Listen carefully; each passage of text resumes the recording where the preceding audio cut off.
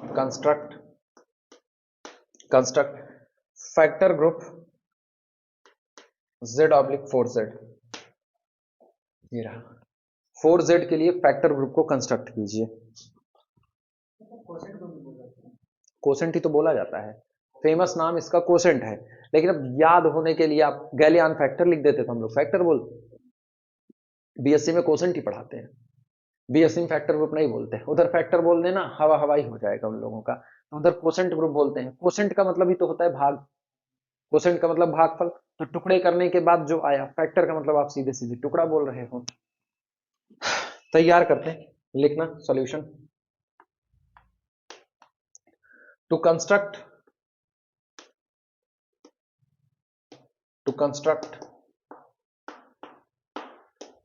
Factor group Z oblique 4Z, B first determine, सबसे पहले हम ज्ञात करते हैं बी फर्स्ट डिटरमाइन। अगर आपको फैक्टर ग्रुप बनाना है तो एक्चुअल में फैक्टर ग्रुप या कोसेंट ग्रुप होता क्या है, सारे लेफ्ट या राइट कोसेंट का कलेक्शन होता है। तो सबसे पहले हमको इसके सारे लेफ्ट या राइट कोसेंट बनाने पड़ेंगे, उनको इकट्ठा कर लो, फैक्टर ग्रुप बन गया है।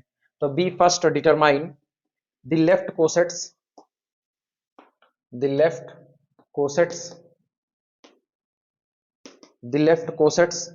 Of 4Z in capital Z, ठीक। अब हमको पता है, अगर याद हो तो हम लोग ये सॉल्व कर चुके हैं, हाँ नहीं किए हैं, मतलब ये नहीं, Z ऑब्लिक वो MZ हम लोग बना चुके हैं, MZ का कोसेट 0 से लेकर के M-1 तक, वो जितने आपके रिमाइंडर बचेंगे उन्हीं से अटैच कर लेते थे। तो ये कितना होगा, ठीक। ऑल लेफ्ट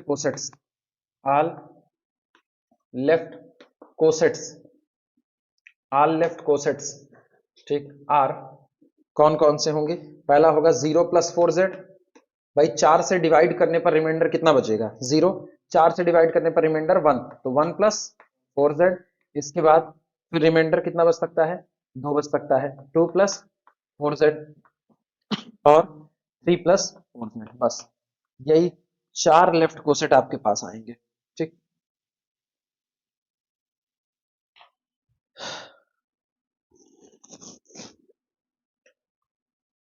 अब ये क्लेम करना पड़ेगा कि यहां पर कोई और लेफ्ट कोसेट मौजूद नहीं है, ठीक। लिखना claim, there are no other cosets, claim दावा, क्लेम इसमें लिखना there are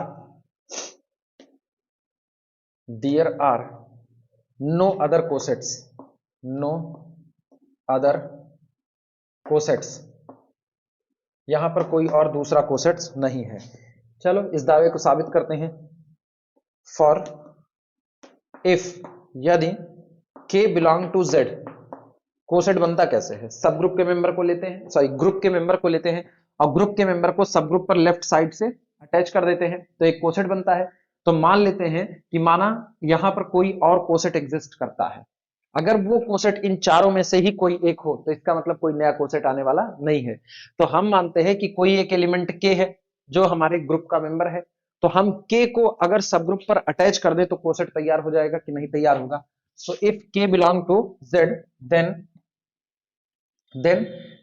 this K can be written as, division algorithm से हम इस K को कैसे लिख सकते हैं, इसको लिख सकते हैं 4 × Q और प्लस कितना R, जहां पर R रिमाइंडर है greater than R equal to 0 but conformally less than, remainder या तो 0 होगा या तो 0 से बड़ा होगा, लेकिन कन्फर्मली लेस देन कितना होगा 4 होगा, ठीक। इसका मतलब क्या हुआ, देयरफॉर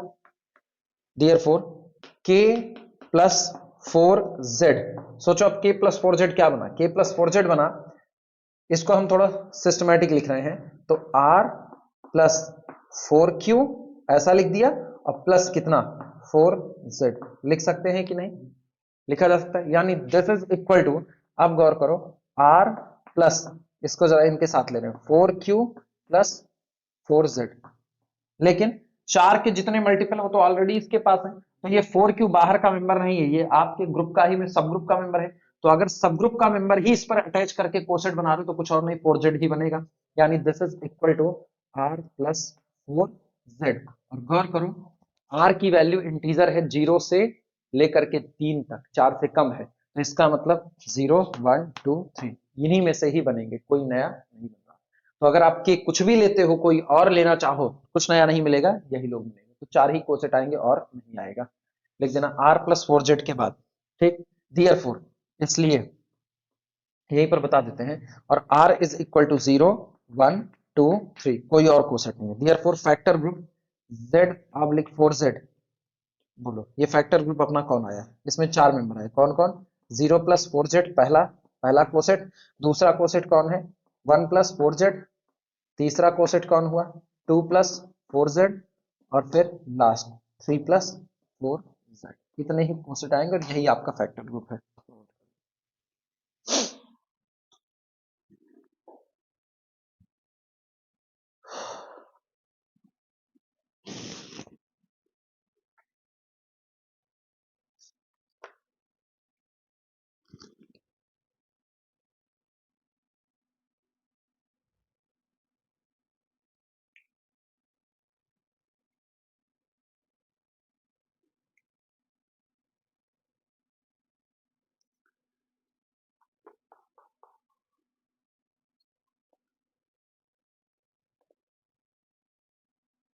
हो गया।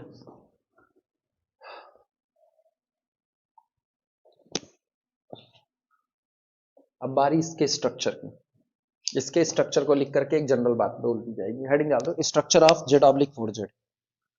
स्ट्रक्चर ऑफ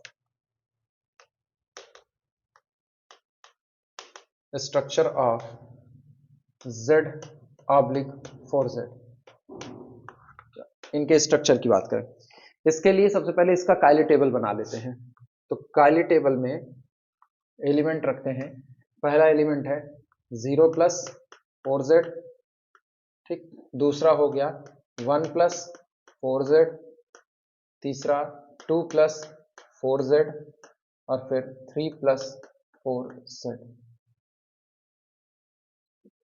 0 प्लस 4z, फिर 1 प्लस 4z, 2 प्लस 4z, और 3 प्लस 4z। चलो अप्लाई करो। दो कोसेट का जोड़ ऑलरेडी हमको पता है, इनको इनको जोड़ोगे तो कितना आएगा? 0 प्लस 4z ही आएगा, ठीक। इनको इस पर ऐड करोगे तो कितना आएगा? यही जो आपके रिप्रेजेंटेटिव में यही जुड़ जाएंगे, तो कितना हो गया? 1 प्लस 4z। इसके बाद फिर 2 प्लस 4z, अगला कौन? 3 प्लस 4z। अब की देखना, 1 प्लस 0 यानी कितना? 1 प्लस 4z, अगला 1 plus 1 that is 2 plus 4z, और अगला हो जाएगा 3 प्लस 4z। अभी गौर करना, ये है 1 प्लस 4z, 3 प्लस 4z यानी 4 प्लस 4z, लेकिन 4 तो ऑलरेडी 4z में है, तो ऑलरेडी 4z बचा, और उसी 4z को लिख सकते हैं 0 प्लस 4z। इसी तरीके से 2 प्लस 4z, और 2 1 3, 3 प्लस 4z, इधर से 2 2 4, और ये 4z ऑलरेडी किसमें है? तो 0 प्लस 4z, और इसी तरीके से 1 प्लस 4z। 3 2 5, तो 5 प्लस 4z, 5 को तोड़ो 1 प्लस 4z, 4z अंदर गया 1 प्लस 4z, और यहां से हो जाएगा 3 प्लस 4z, 3 1 4 यानी 0 प्लस 4z। इसके बाद फिर 3 2 5, 1 प्लस 4z, इधर से 3 3 6, 2 प्लस 4z। एक चीज गौर करो, लिखते वक्त दिमाग में मॉडुलो सिस्टम चल रहा था, मॉडुलो सिस्टम चल रहा था। अब पूरी टेबल को देखें तो पूरी टेबल में 4z को मान लो कि 4z मिसिंग है। अगर पूरी टेबल में 4z मिसिंग है तो ये लिखा गया है 0 1 2 3 0 1 2 3 एडिशन मॉडुलो 4, तो कितना आएगा? 0 1 2 3, इसके बाद 1 1 1 2 1 2 3 3 1 4, और मॉडुलो 4 में 0, फिर 2 0 2 2 1 3 2 2 4 यानी 0 3 2 5, और 4 1 के 4 1 5 3 0 0 3 1 के 3, गुणा कर रहे हैं गलत, 3 3 1 4 मॉडुलो में 0, फिर 3 2 5 मॉडुलो में 1, 3 3 6 मॉडुलो में 2। तुम गौर करो 4z नहीं है, बाकी पूरी टेबल सेम टू सेम है कि नहीं। इससे पता चलता है इसका स्ट्रक्चर यानी factor group Z oblique 4z का स्ट्रक्चर वही है जो स्ट्रक्चर 4z का है, यानी this is isomorphic to 4z। तो यहां से एक तय बात मिलती है, Z ऑब्लिक NZ जो फैक्टर ग्रुप आया वह आइसोमॉर्फिक होता है Zn के। इसी बात को जनरलाइज कर लेंगे, ये टेबल बना लो बस। किसके? ये Z4 के होगा। हम जनरल बात लिख देंगे, Z ऑब्लिक NZ जो आपका होगा factor group Z oblique NZ, वो आइसोमॉर्फिक होगा किसके? Zn के। यही इसका स्ट्रक्चर है। ऐसे ही है ये सब, लिख लो तो इकट्ठे स्टेटमेंट बताएं। हाँ, ये वाला है, उठा करके इसी पे निपटा दो भाई। साइक्लिक है कि नहीं है, आप इसके आइसोमॉर्फिक हो तो आप साइक्लिक हो। दोनों टेबल को देखने से पता चलता है, this implies that Z oblique 4Z is isomorphic to Z4। तो Z4 साइक्लिक है तो फैक्टर ग्रुप भी क्या होगा? साइक्लिक होगा। कौन सा मर्जी हो बना लो, नहीं तो कोई जरूरत नहीं है, सामने पता तो चल ही रहा है ना।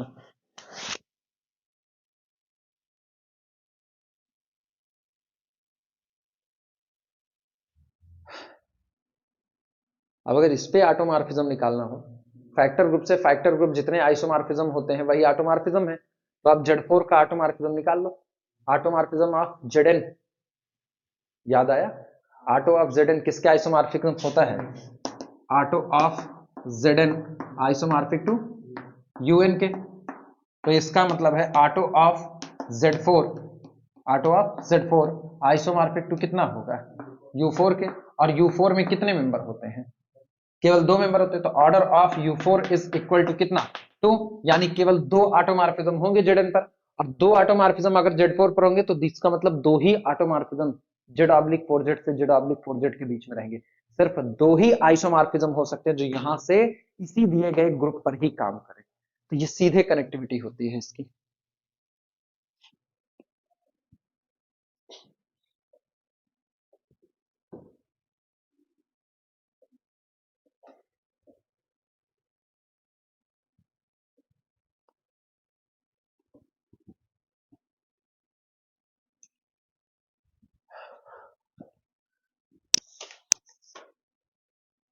इसके बाद लिखना, ये हो गया, रिमार्क लगा दो।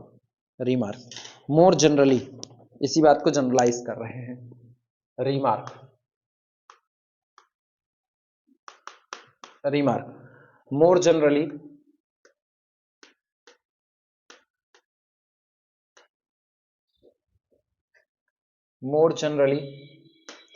if, यदि, for any, if for any n greater than 0 be let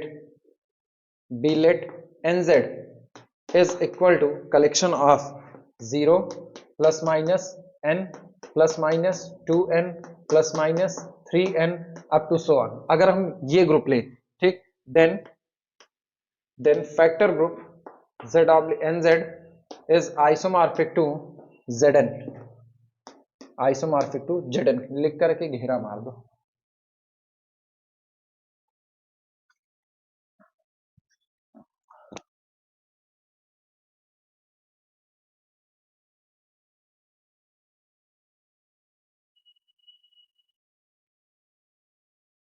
अब कल को ऐसे ही कोई रफली पूछ ले, हालांकि इतना आसान कोई पूछता उसता नहीं। अब आसान खाली कहने को भाई आपको पता है तो आसान है, नहीं पता है तो सब मुश्किल है।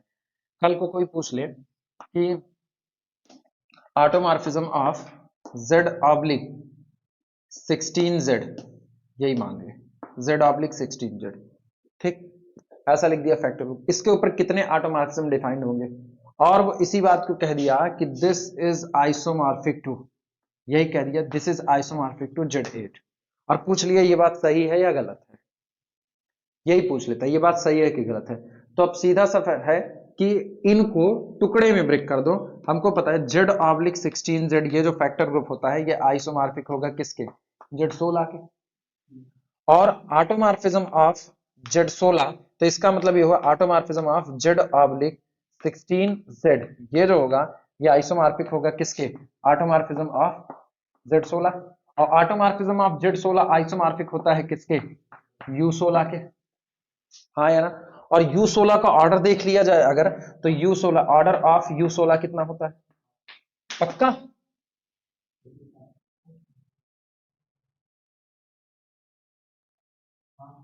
8 होता है। अब गौर, इसका ऑर्डर 8 है, ठीक। लेकिन अभी भी ऑर्डर बराबर होने से आइसोमॉर्फिज्म की गारंटी नहीं मिल सकती है। तब हम यहां पर कहेंगे कि अब आओ देखो U16 में, इसका मतलब एक बात तय हो गई कि U16 में जो लोग आएंगे उनके ऑर्डर से और इसके ऑर्डर का कंपेरिजन करा लें, क्योंकि दोनों बराबर आ गए। अभी अगर यही बराबर ना आता तो हम तुरंत डिनाई कर देते भैया नहीं होगा, लेकिन अब चूंकि बराबर आ गए तो हमको अब यहां पर चेक करना पड़ेगा कि हाँ इनके बीच में पॉसिबल है कि कोई आइसोमॉर्फिज्म हो सकता है, पॉसिबिलिटी हो जाएगी तुरंत जिंदा। अब मान लो तीन ऑप्शन जो दिए गए हैं उसमें आप इसी तरीके से आगे बढ़ो और बिल्कुल ऑर्डर बराबर ना आए, किसी का 7 आए, किसी का 9 आए, किसी का 15 आए, तो ये वाला ऑप्शन तुरंत टिक हो जाएगा। और नहीं है तो आपको वन बाई, भाई अगर दो में भी 8 आ गया तो आपको वन बाई वन चेक करना पड़ेगा कि दोनों में किस किस ऑर्डर के एलिमेंट आ सकते हैं। अब चूंकि ये, सोचो ये इसके आइसोमॉर्फिक हो गया है, तो इसके पास जितने एलिमेंट निकल करके आएंगे उनका ऑर्डर वही होगा जो इसके एलिमेंट का ऑर्डर होगा। तो आप U16 के अंदर जो एलिमेंट बैठे उनका ऑर्डर निकाल लो, जो कि आसान काम है, क्योंकि इसका ऑर्डर 8 है तो इसके पास U16 साइक्लिक होता है कि नहीं होता, नहीं होता। और साइक्लिक नहीं होता तो इसके पास जो भी एलिमेंट आएगा उनका ऑर्डर या तो 1 होगा, या तो 2 होगा, और या तो 4, इसके अलावा और कोई नहीं हो सकता है। अब आप ऑटो ऑफ Z16 में देख लो कि क्या ऑटो ऑफ Z16 में भी यही कहानी है कि नहीं है।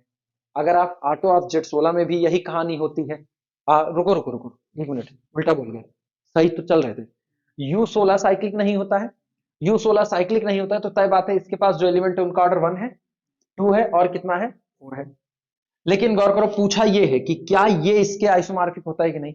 मेरे पास इसमें एलिमेंट पड़ा हुआ है जिसका ऑर्डर कितना होता है, 8, और यहां 8 ऑर्डर का कोई एलिमेंट नहीं आ सकता है, तो हम सीधे यहां से अब डिनाई कर सकते हैं कि इसका मतलब ये लिखी गई बात गलत है, ये दोनों आइसोमॉर्फिक नहीं होते, यानी auto of Z oblique screen Z does not isomorphic to Z. अब आप यहां से लगा सकते हो, आपको बहुत ज्यादा मगजमारी करने की जरूरत नहीं है कि यहां से यहां पर मैपिंग डिफाइन करने की सोचें, होगा नहीं होगा, वो साफ पता चल रहा है भाई आप साइक्लिक नहीं हो, 8 ऑर्डर का एलिमेंट नहीं आएगा, बात खत्म इसी पर।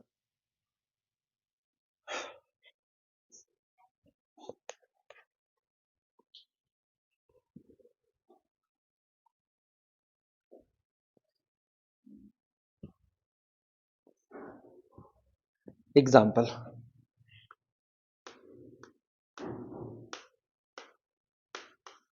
एग्जाम्पल लेट, माना capital G is equal to Z18, Z18, ठीक, and capital H is equal to sub group generated by 6।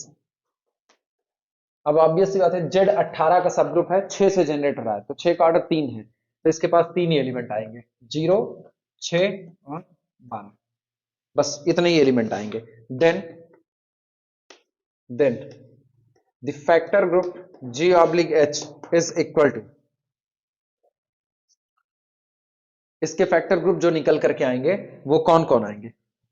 ऐसे सीधे अगर हम पूछे ना कितने कोसेट आएंगे, तो अपने पास फार्मूला है, order of G divided by order of सब group, order of G divided by order of सब ग्रुप। जी का ऑर्डर कितना है 18, और सब ग्रुप का ऑर्डर 3, तो 3 छक 18, 6 आएंगे। 6 कौन कौन से आएंगे, 6 ये आएंगे, 0 प्लस एच पहला आएगा, दूसरा आएगा 1 प्लस एच, ठीक, 1 प्लस एच, तीसरा कौन आएगा 2 प्लस एच, फिर अगला कौन आएगा 3 प्लस एच, फिर 4 प्लस एच, और लास्ट आएगा 5 प्लस एच, यही आएगा।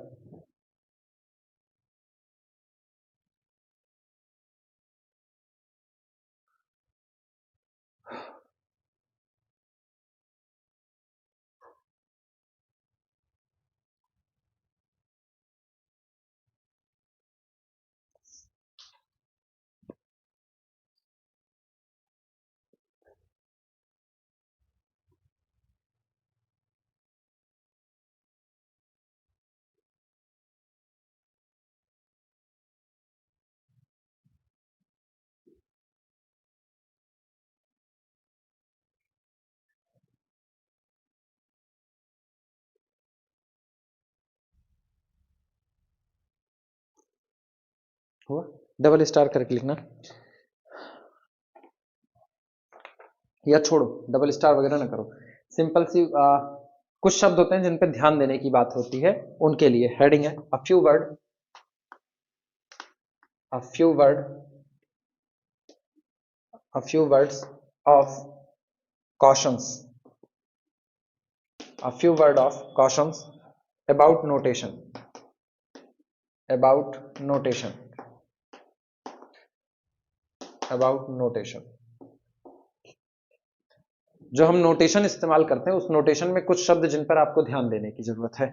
पहला, पहला वगैरह कुछ नहीं, सीधे लिख देना, व्हेन, जब कैपिटल एच एक नॉर्मल सब ग्रुप हो हमारे दिए गए ग्रुप कैपिटल जी का, when H is the normal सब group of G, the expressions, the expression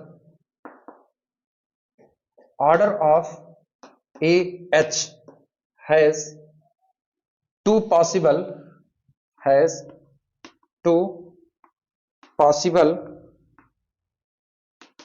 has two possible interpretation, interpretation, interpretation। ये रहा, अगर कोई कह दिया कि H एक नॉर्मल सब ग्रुप है कैपिटल जी का और ऐसे लिख दिया ऑर्डर ऑफ AH, तो यहां पर ध्यान देने की बात है, यहां दो बातें पॉसिबल हैं, आप इसको समझ कैसे रहे हो। अब ये तो पता है कि ये सब ग्रुप है, लेकिन AH सब ग्रुप नहीं, वो एक सेट होता है, ठीक। तो अगर आप इसको सेट के तौर पर कंसीडर करोगे तो ऑर्डर ऑफ AH जो आपका होगा, ऑर्डर ऑफ AH इसकी कार्डिनलिटी, तब ये हो जाएगा। लेकिन अगर कोई ये कहे कि कैपिटल H नॉर्मल सब ग्रुप है जी का, तो AH एक कोसेट हुआ, अब कोसेट एलिमेंट के तौर पर कंसीडर किया जाता है फैक्टर ग्रुप में, तो वहां ये फैक्टर ग्रुप का एलिमेंट हो चुका है, तब एलिमेंट का ऑर्डर ग्रुप के ऑर्डर को देख करके सोचा जाता है। तो यहां पर ये जो सिंबल इस्तेमाल किया जाता है ऑर्डर ऑफ AH, इसके दो मायने निकल करके आते हैं कि आप इसको कहां पर देख रहे हो, आप इसको फैक्टर ग्रुप के अंदर देख रहे हो तो एलिमेंट का ऑर्डर है, और अगर आप इसको केवल एक सेट के तौर पर देख रहे हो तो इसकी कार्डिनलिटी ही इसका ऑर्डर बन जाएगी। तो ये बातें वहां पर मेंशन करनी पड़ेगी, जैसे इसका ऑर्डर अगर ग्रुप में देखा जा रहा है ना, तो हम लोग लिखेंगे order of coset AH in capital G oblique H, तब वहां पर इस तरीके से लिख देंगे। लिखना इंटरप्रिटेशन में, पहला, one could be thinking, one could be thinking,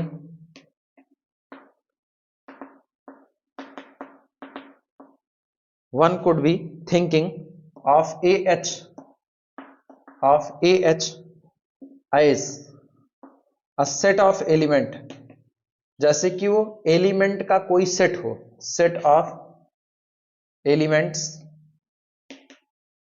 and तब ऐसे मामलों में द ऑर्डर ऑफ AH, ठीक, as the size of the set, as the size, size का मतलब एक कार्डिनलिटी आप बता रहे हो, साइज ऑफ द सेट। पहला तो ये हो गया। दूसरा,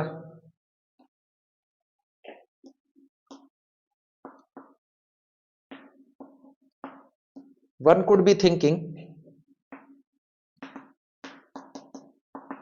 one could be thinking of AH as a group element, as a group element, as a group element of G oblique H, वो इसको factor group G oblique H का कोई एलिमेंट एक कोसेट मान सकता है, ठीक। एंड तब ऐसे केस में ऑर्डर ऑफ AH, ठीक, as the order of element, as the order of element, as the order of element AH in G oblique H, in G oblique H।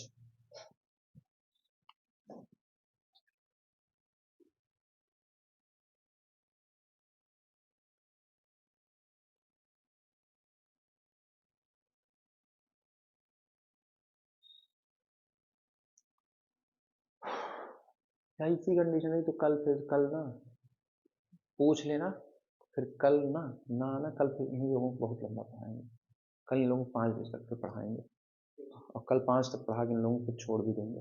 9 से 5 कॉन्जुगेसी क्लास इन लोगों का निपटा कर फुर्सत करेंगे।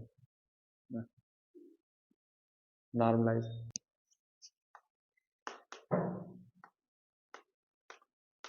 For example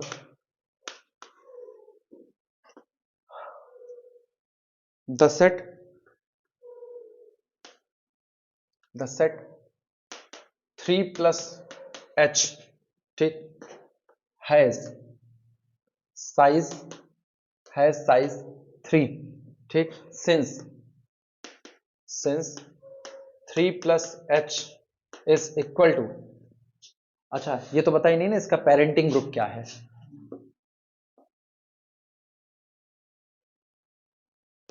where main group is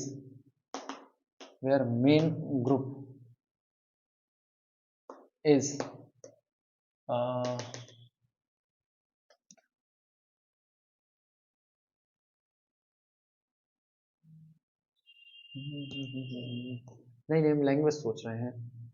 वो तुम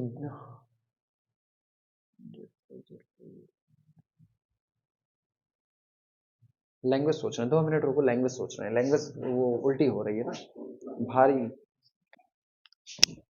where main group is Z18 and capital H is equal to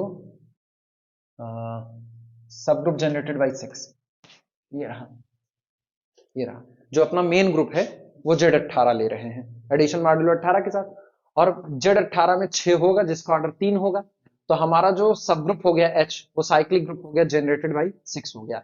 इसमें अगर हम एक कोसेट तैयार करें 3 प्लस एच, तो 3 प्लस एच का जो साइज होगा हम इसको एक सेट के तौर पर देख रहे हैं, वो कितना है 3। कैसे, जरा Z18 देखना, Z18 मेरे पास कौन है, Z18 मेरे पास है 0 1 2 3 4 5 सो ऑन, कहां तक जाएगा 17 तक, ये गया।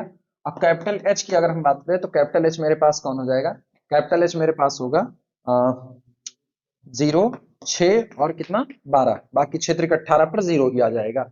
अच्छा अब हम क्या कर रहे हैं ना, कोसेट तैयार कर रहे हैं। सोचो अभी भी तो इसी के तो लिखे हुए थे ना, तो अपने पास इसका कोसेट कौन आया था, पहले तो एक आया था 0 प्लस एच आया था, 0 प्लस एच आया था, 0 प्लस एच करेंगे तो एच ही आएगा। दूसरा आप 1 को उठाओ, 1 को उठाओगे तो गौर करो 1 7 13 वो आ रहे हैं, तो हमारे पास फिर अगला आया था 1 प्लस एच जो कि आया था, पहले तो इसको लिख लेते हैं 0 6 12, ये आ गया 1 7 और कितना 13, ये आ गया, ठीक।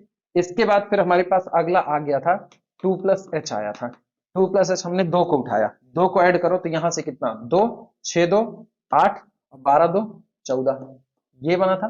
इसके बाद फिर 3 प्लस एच आया था, 3 प्लस एच शुरुआत में भी जब पढ़ा रहे थे तो भी बताए थे, आपके सब ग्रुप में जितने एलिमेंट होते हैं फैक्टर ग्रुप में उतने ही एलिमेंट आते हैं, क्योंकि हो कुछ नहीं रहा है, एलिमेंट बाहर से आकर के फैक्टर ग्रुप तैयार कर रहे हैं। जब जब कोसेट तैयार कर रहे हैं तो ग्रुप से चुना गया एलिमेंट सब ग्रुप के एलिमेंट पर अटैच कर दिया जा रहा है, तो जितने लोग हैं उतने पर अटैच कर दिया जाएगा।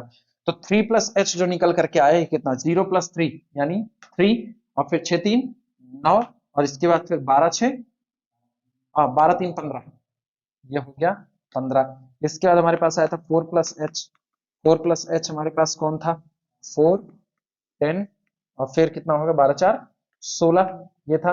और 5 प्लस एच 5 6 5 11 और 12 5 17, ये था। क्या 6 प्लस एच भी कुछ है, सेम आ जाएगा क्योंकि 6 बिलोंग टू कैपिटल एच है। अब गौर करो, अगर हम कोसेट को देख करके कहें तो 3 प्लस एच का साइज कितना है, केवल 3, 3 प्लस एच का साइज 3 है। Since 3 plus H is equal to कौन कौन है, 3 है 9 है और 15 है, तो इसका साइज कितना हो गया 3। लेकिन जब ये फैक्टर ग्रुप के एलिमेंट के तौर पर लिया जाएगा तो इसका ऑर्डर 6 निकल करके आएगा।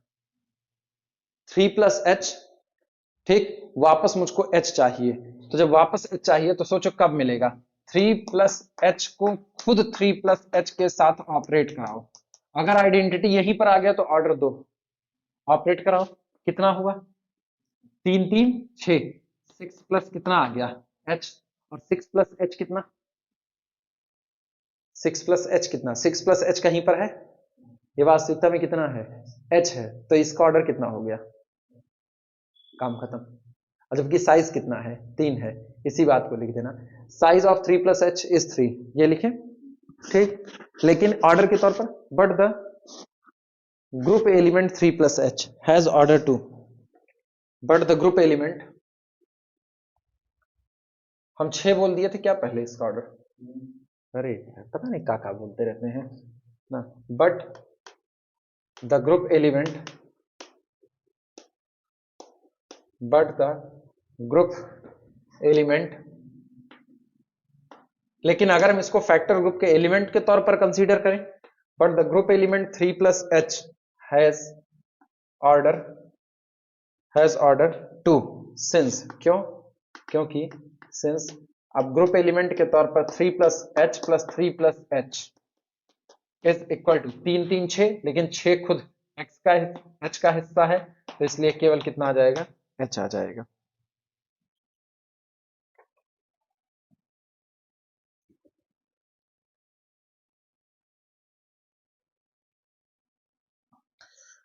तो इसका मतलब नोटेशन जो हम इस्तेमाल करते हैं वो भी कभी कभी अलग अलग मीनिंग रख लेते हैं, लेकिन हालांकि नॉर्मल ये गलतियां होगी नहीं, क्योंकि जो आपका टेक्स्ट लिखा जा रहा होगा वो बहुत क्लियर कट बताएगा कि आप इसको एज अ सेट कंसीडर करो या आप फैक्टर ग्रुप का इसको एक मेंबर, एक एलिमेंट कंसीडर करो, वहां बताया जाएगा।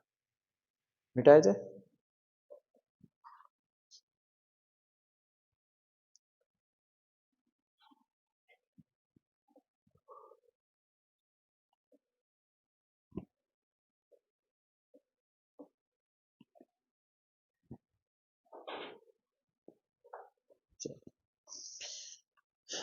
फिर एग्जांपल,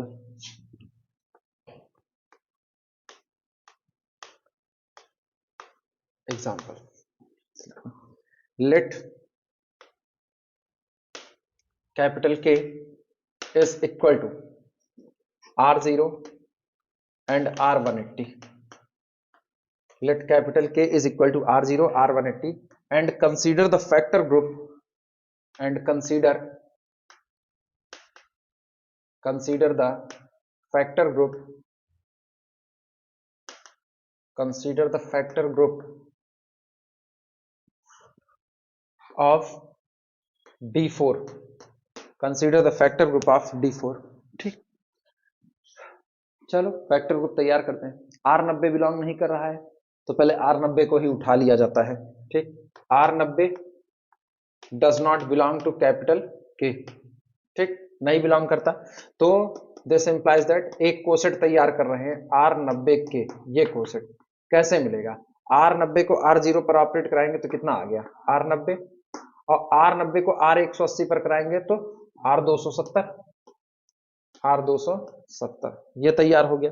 अच्छा, अब पता चलता है मेरे पास R0 हो गया, R90 हो गया, R180 हो गया, R270 हो गया, दो लोगों में इतने 4 लोग आ चुके हैं। अब H नहीं है तो H को उठाते हैं। Now capital H does not belong to किसमें, एक तो खुद K में और दूसरा यूनियन R90 K में, ये जो दो सेट आपके आए इनमें H मौजूद नहीं है, तो दिस इंप्लाइज दैट हम HK तैयार करते हैं। HK is equal to HR0, HR0 कितना HR180 कितना आता है V आता है, तो सीधे लिख दें या ऐसे लिख दें HR180, यानी this is equal to H और HR180 V। अब सोचो आपके पास R0 हो गया, R90 हो गया, इसके बाद R180, R270, H आ गया, V आ गया, दो चीज नहीं है D और D डैश, तो अब D लेते हैं। D does not belong to K union R90 के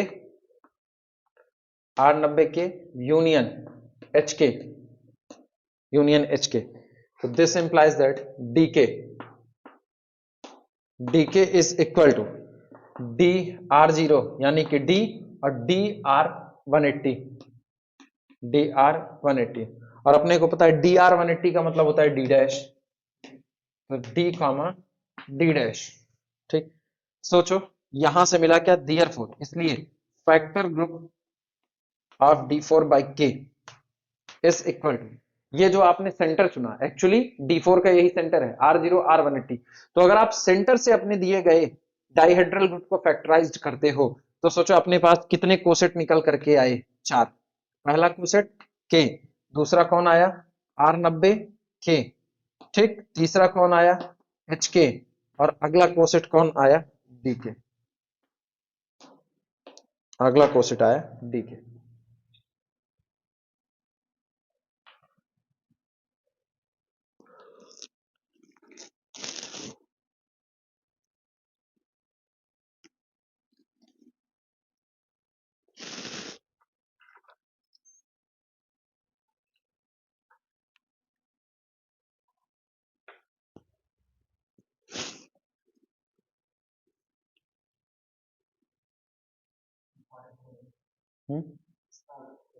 किसका, फैक्टर ग्रुप का, हाँ। इसका ऑर्डर 4 है, 4 ऑर्डर का ग्रुप या तो अबेलियन, नहीं कन्फर्मली अबेलियन, या तो साइक्लिक या तो नॉन साइक्लिक, ठीक। यहां से पता चलता है, पता है ये एग्जांपल धीमे धीमे अपने बारे में एक बात कहने लगता है। जरा कैपिटल के को देखो, कैपिटल के सेंटर है कि नहीं है, कैपिटल के सेंटर है, ठीक। तो यहां से तुमको पता चलता है कि कोई भी ग्रुप अपने ही फैक्टर ग्रुप से किसी तरीके से रिलेटेड होता है। लेकिन ये तुमको पता चलेगा चैप्टर नंबर 11 में जाकर के, जब हम लोग फंडामेंटल थ्योरम ऑफ आइसोमॉर्फिज्म पढ़ रहे होंगे, और उसी को हम लोग फर्स्ट थ्योरम ऑफ आइसोमॉर्फिज्म कहते हैं, उसी का कुछ लोग नाम लिखते हैं फंडामेंटल थ्योरम ऑफ होमोमॉर्फिज्म नाम देते हैं। तो वहां पता चलता है, वहां पर वो बड़ा सिंपल सा है, कुछ और नहीं है। जैसे आपको एक ग्रुप दिया जाए कैपिटल जी, और एक ग्रुप आपको दिया जाए जी बार, इससे इसके बीच में एक होमोमॉर्फिज्म डिफाइंड है पाई। तो तय बात है अगर इन दोनों के बीच में एक होमोमॉर्फिज्म डिफाइंड है तो आइसो तो है नहीं कि पूरा का पूरा छाप ले, तो इसके अंदर इसकी एक इमेज बनाएगा, that's called the homomorphic image of group. ये इसकी होमोमॉर्फिक इमेज कहलाती है। अब होगा क्या कि आप एक काम करोगे इसमें, अब जब ये फाई है तो तय बात है कर्नल ऑफ फाई भी मौजूद होगा, हाँ या ना, कर्नल ऑफ फाई, और कर्नल ऑफ फाई किसका हिस्सा होता है, कर्नल ऑफ फाई आपके डोमेन का हिस्सा होता है। तो इसका मतलब आपका जो बनेगा G oblique kernel of phi, ये आइसोमॉर्फिक होगा the homomorphic image of group capital.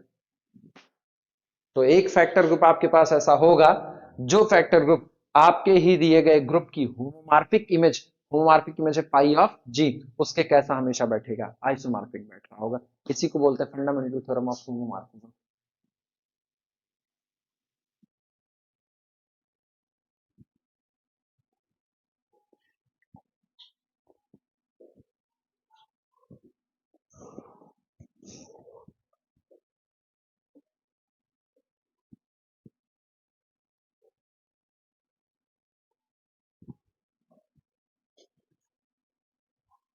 चलो ये हो गया।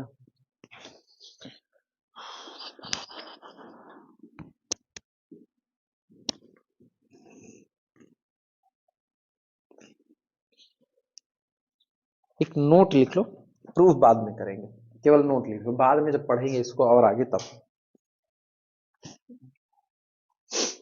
नोट, नोट में लिखना, every finite abelian group, every finite abelian group, दुनिया में जितने भी फाइनाइट अबेलियन ग्रुप होते हैं, abelian group, every finite abelian group is isomorphic, is isomorphic is isomorphic to a direct product, to a direct product is isomorphic to a direct product of cyclic groups, of cyclic cyclic groups, of cyclic groups। दुनिया में जितने भी finite abelian group होते हैं वो सभी के सभी कुछ साइक्लिक ग्रुप्स के डायरेक्ट प्रोडक्ट के आइसोमॉर्फिक हो रहे होते हैं। अब बस अभी नोट के तौर पर ले रहे हैं, बाकी की बातें इसकी ना बाद में ये भी चैप्टर नंबर 11 के ही आसपास आता है, ये भी इन पर्टिकुलर। अब इसी बात को पर्टिकुलराइज कर रहे हैं। इन पर्टिकुलर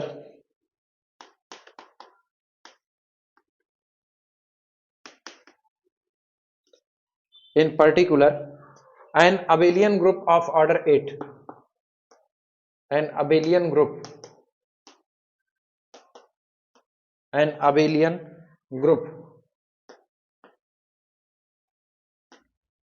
of order 8। अगर आपके पास कोई अबेलियन ग्रुप है जिसका ऑर्डर कितना है, 8 है, तो इज आइसोमॉर्फिक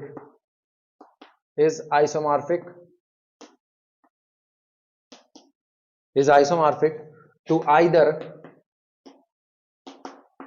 आइदर ये या तो आइसोमॉर्फिक होगा किसके, साइक्लिक ग्रुप Z8 के, और अथवा Z4 external direct product Z2 के, और अथवा Z2 external direct product Z2 external direct product Z2 के। इन तीन में से किसी एक के ये क्या हो जाएगा, आइसोमॉर्फिक हो जाएगा। कोई भी 8 ऑर्डर का अगर ग्रुप दिया गया है तो, लेकिन शर्त है ग्रुप कैसा होना चाहिए, abelian.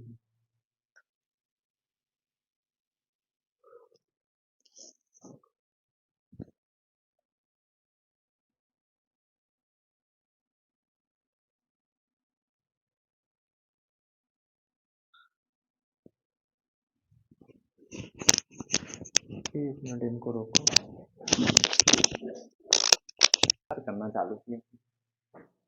Every finite abelian group, दुनिया में जितने भी फाइनाइट अबेलियन ग्रुप होते हैं, isomorphic to a direct product of cyclic group, वो किसी न किसी साइक्लिक ग्रुप के डायरेक्ट प्रोडक्ट के आइसोमॉर्फिक होते हैं। अच्छा, यहां पर ना एक बात समझने वाली है।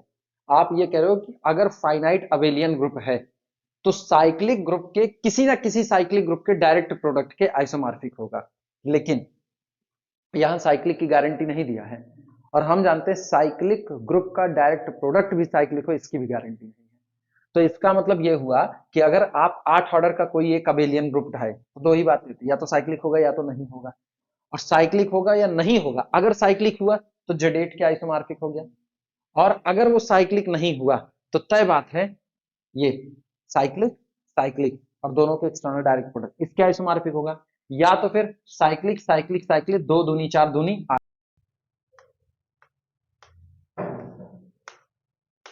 Example, let capital G is equal to U32, capital G is equal to U32 and capital K is equal to 1,15, 1,15, ठीक, is the subgroup of capital G, ये G का एक सबग्रुप है, ठीक। then पहला ऑप्शन, पहला दे रहा है G oblique K is isomorphic to Z8, दूसरे पे दे रहा है G oblique K is isomorphic to Z4 external direct product Z2, तीसरे पे है third G oblique K is isomorphic to Z2 external direct product Z2 external direct product Z2, और चौथा none of these,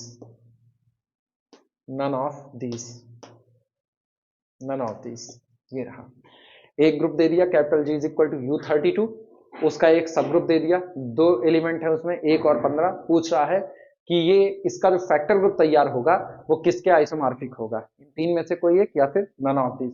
शुरुआत करते हैं लिखना सॉल्यूशन। क्लियरली सबसे पहले फैक्टर ग्रुप का ऑर्डर निकाल दो, यानी कितने लेफ्ट या राइट कोसेट आपके पास बनेंगे।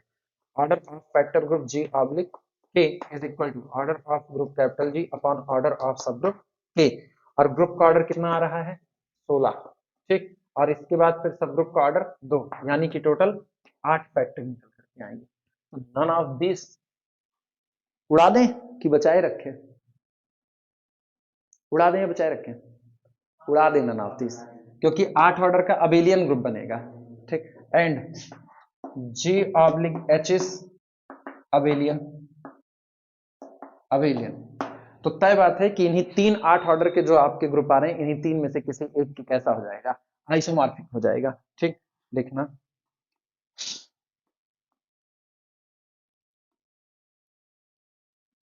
U32 9 U32 U32 में कौन कौन आएगा?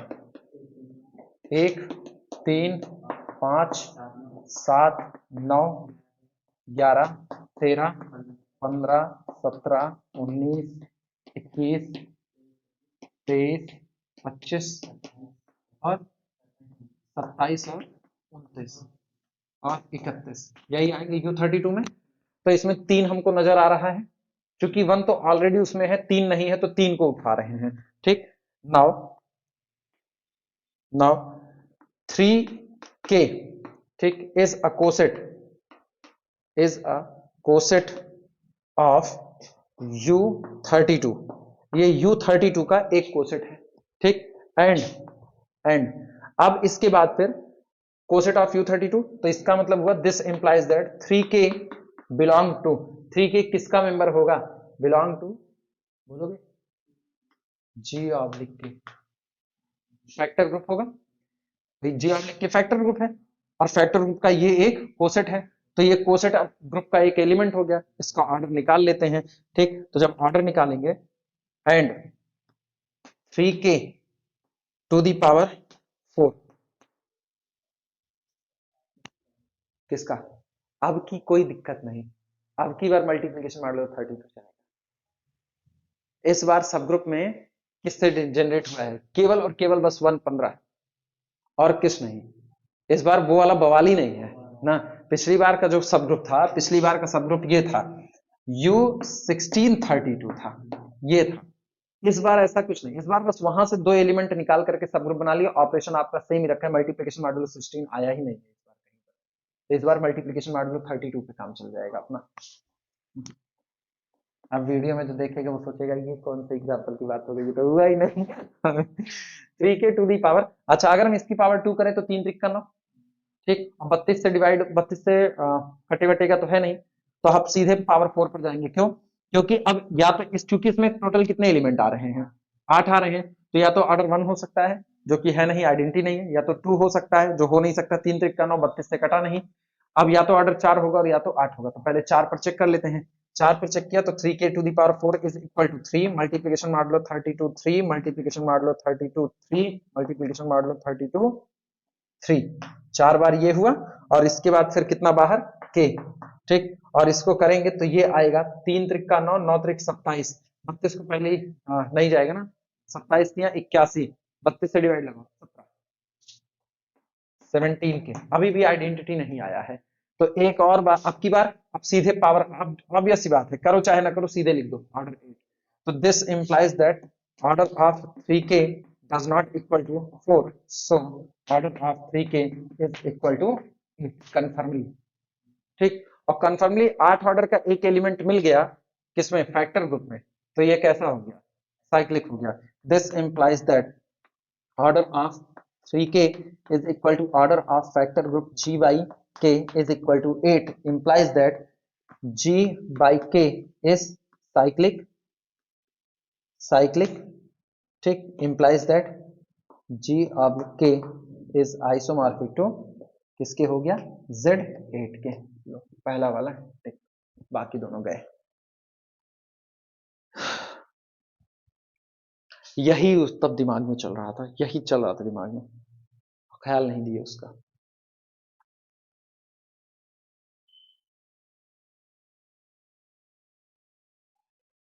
एक्टिव हो गया दिमाग, वरना चले जाते वहां पे, बहुत बुरी तरीके से जाते। अब लिखी लिखाई गलती बहुत भारी पड़ जाती है अपने को। उसको लेकर के ढो रहे थे, बताओ ऐसे ढोया जाती है गलतियां, वो तो। अरे एक याद आ जाता है काम बन जाता है, ना याद आए ना तो गड़बड़ा जाए, पढ़ाने का असर अच्छा रहता है।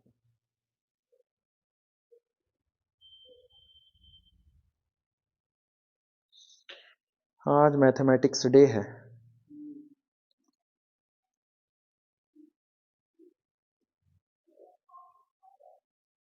पिछली बार मिड टर्म एग्जाम नहीं हुआ था मैथमेटिक्स डे के दिन।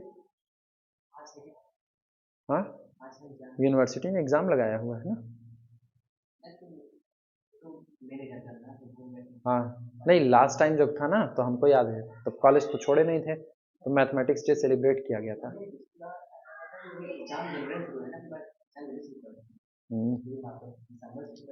हाँ, क्योंकि हमको याद है पिछली बार, अरे वो सेलिब्रेशन वाला वीडियो पड़ा हुआ है ना। हाँ, वो बनाए हुए थे। वो नहीं, वो मैथमेटिक्स डे वाला सेलिब्रेशन जो था उसका भी वीडियो बना हुआ था, वो भी रखा हुआ है मोबाइल में। तो याद है मेरे को कि लास्ट टाइम जब था तो एग्जाम नहीं था, सारे लड़के थे उसमें। इस बार नहीं सेलिब्रेट हुआ जबकि एमएससी वाले हैं। नहीं, एमएससी का नहीं हो रहा है, वो चाहे तो सेलिब्रेट कर लिए एमएससी वाले। डेट लगी हुई है, अभी हो नहीं रहा है। हाँ, तो सब मजाक बना के रखे हैं पूरे एग्जाम को, कोई मतलब नहीं है इस एग्जाम का। हम्म, पागल है साले ये लोग, कौन इनका है। हाँ, 3 महीना क्लास चलती है बस खाली। हाँ हाँ, क्लास वो तो बहाना चाहिए ना, बहाना मिल गया। भाई बीएससी, अब बीएससी का एग्जाम हो रहा है, एमएससी का तो नहीं हो रहा ना, एमएससी तो आप क्लास चला सकते हो, लेकिन बहाना चाहिए, एमएससी की भी बंद कर दी जाएगी उसी के उसमें। तो पढ़ाई कहाँ है, 3 महीने की पढ़ाई है, 3 महीने के बाद फिर ठन ठन गोपाल। हाँ, 1 महीना छुट्टी रहेगी। 6 महीने में आप पूरा साल भर की पढ़ाई खत्म करो, उसका कोई वो नहीं है ना। एक एग्जाम्पल लिखना ना, अब इसी का एप्लीकेशन बता रहे हैं कि इसके एप्लीकेशन को कैसे करेंगे। लिखना, A4 has no subgroup of order 6. Example,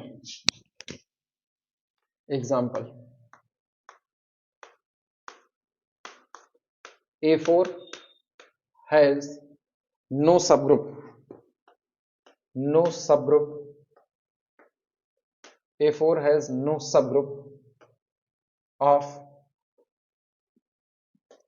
order 6. A4 के पास 6 ऑर्डर का कोई भी सबग्रुप नहीं होता है। ये इसी का एप्लीकेशन पार्ट है। चलो फटाफट लिख डालो इसको भी ना, लिखना।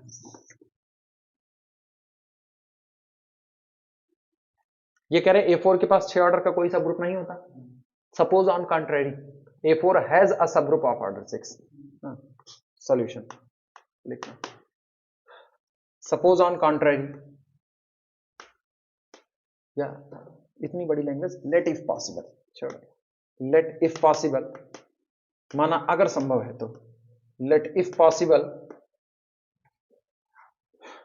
A4 has a subgroup, A4 has a subgroup of order 6, of order 6। माना अगर पॉसिबल है तो A4 के पास 6 ऑर्डर का एक सबग्रुप है। अच्छा, अगर इसके पास 6 ऑर्डर का एक सबग्रुप है तो उस सबग्रुप में मदद से फैक्टर ग्रुप तैयार कर सकते हैं कि नहीं, और उस फैक्टर ग्रुप का ऑर्डर कितना हो जाएगा, 2 हो जाएगा। भाई A4 का ऑर्डर 12 और 12 डिवाइडेड बाई 6, 2 ऑर्डर का एक आपको फैक्टर ग्रुप मिल जाएगा। लिखना, this implies that order of factor group A4 oblique H, A4 oblique H, यहीं पर लिख दें, let it be capital H। ठीक, तो इसका जो ऑर्डर होगा ये हो जाएगा ऑर्डर ऑफ A4 और divided by order of H, that is equal to 12 divided by 6, that is equal to 2। यानी कि आपके पास जो सबग्रुप आया उस सबग्रुप का इंडेक्स कितना हो गया, 2 हो गया।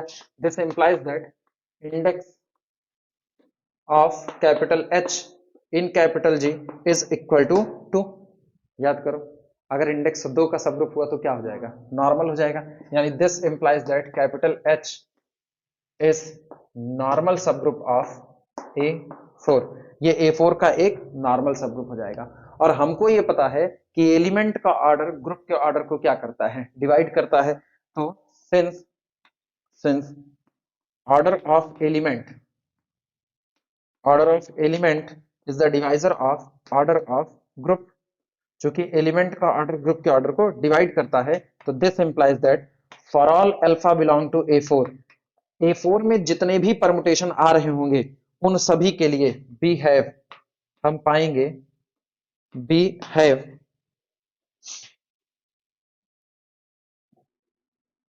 सुनो, अल्फा किसका है? A4 का है। तो ग्रुप से मेंबर लो और सब ग्रुप पर लेफ्ट साइड से ऑपरेट करा करके कोसेट बन जाएगा कि नहीं बन जाएगा? तो एक कोसेट अल्फा एच बनेगा तो दूसरा अल्फा स्क्वायर एच भी बनेगा कि नहीं बनेगा? भाई अल्फा को अल्फा से ऑपरेट करो, अल्फा स्क्वायर एलिमेंट आया। अब उसी एलिमेंट को आप सब ग्रुप एच पर क्या करा दो? लेफ्ट या राइट साइड से ऑपरेट करा दो। तो we have alpha square H, यानी actually we have alpha H whole square.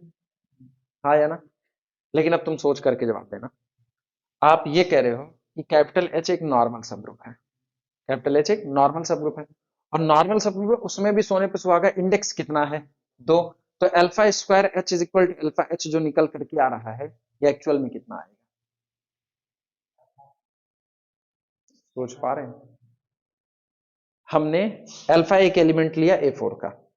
जब अल्फा एलिमेंट है A4 का, तो अल्फा स्क्वायर एच कितना आएगा? रीजन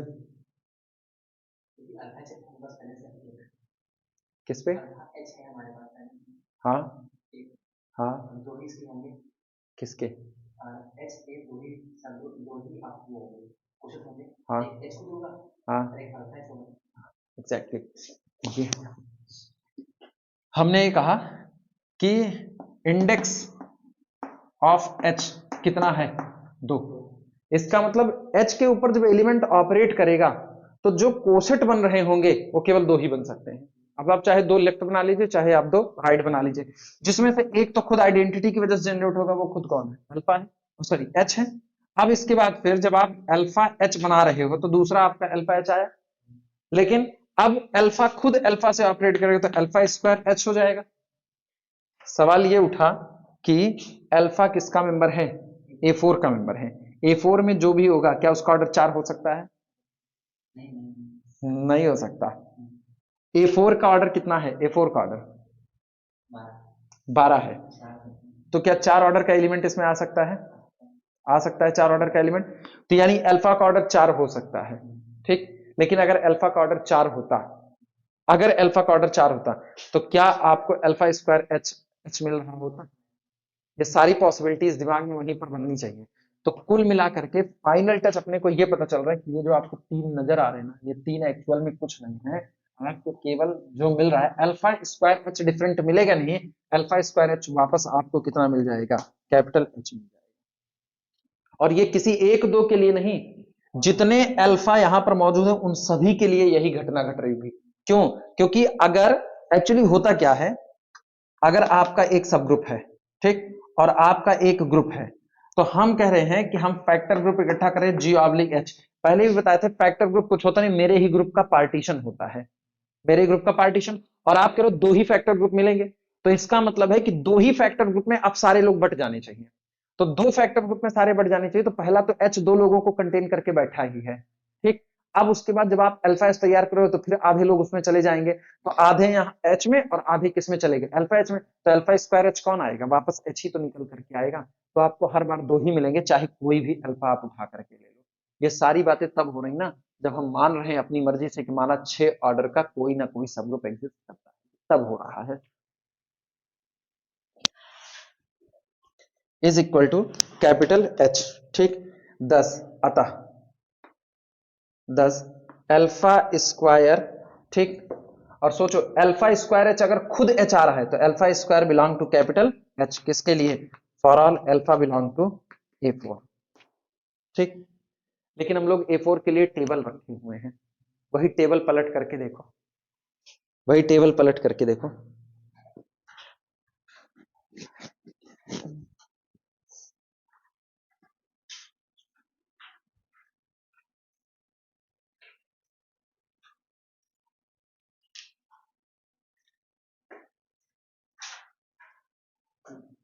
मिला?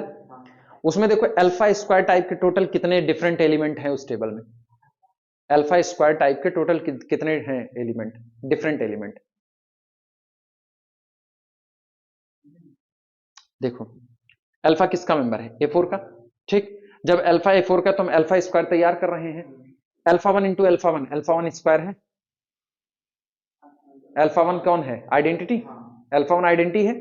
तो इसका मतलब अगर आप गौर करो तो अल्फा 1 स्क्वायर A4 की टेबल में हम देख रहे हैं, alpha 1 square is equal to कितना आ गया, आइडेंटिटी।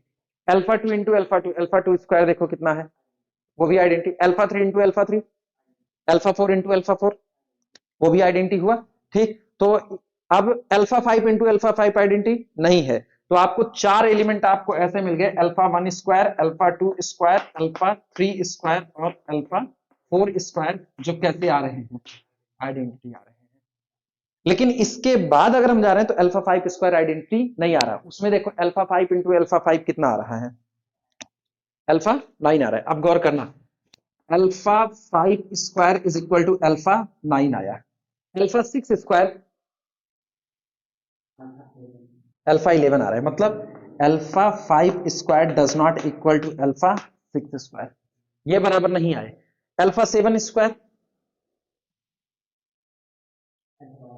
वो भी बदल गया, यानी this does not equal to alpha 7 square, और अल्फा 8 स्क्वायर फिर अलग आया, does not equal to alpha 8 square. हाँ या ना, और कोई है, alpha 5, alpha alpha 8 square different आया है। ठीक, अब तुम सोचो चार ऊपर ऐसे आए हैं जो आइडेंटिटी आ रहे हैं, और चार नीचे ऐसे आए हैं जो सब अलग अलग आ रहे हैं, और कोई एलिमेंट बचा, और कौन से बचे, अल्फा 9 बचे। अल्फा 9 स्क्वायर कितना आ रहा है, वो भी डिफरेंट आ रहा है, अल्फा 10 भी ऐसे आ रहा है। सोचो इधर, हाँ कौन कौन से आ रहे हैं वो बता दो हमको। अल्फा 9 स्क्वायर कितना आ रहा है, ये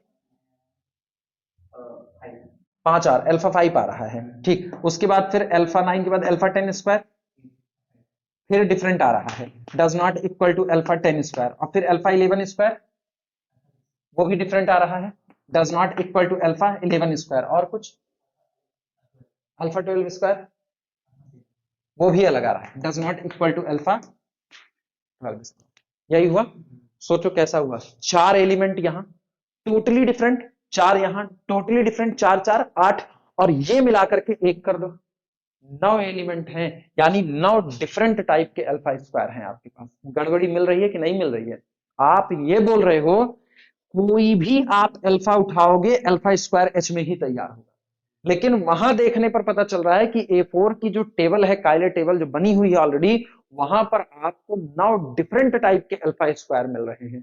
क्या ये बात घटना, ये घटना घट सकती है, नहीं हो सकता। इसी बात को लिखना, लैंग्वेज में कितने तक लिखवाए हैं, but from the main diagonal,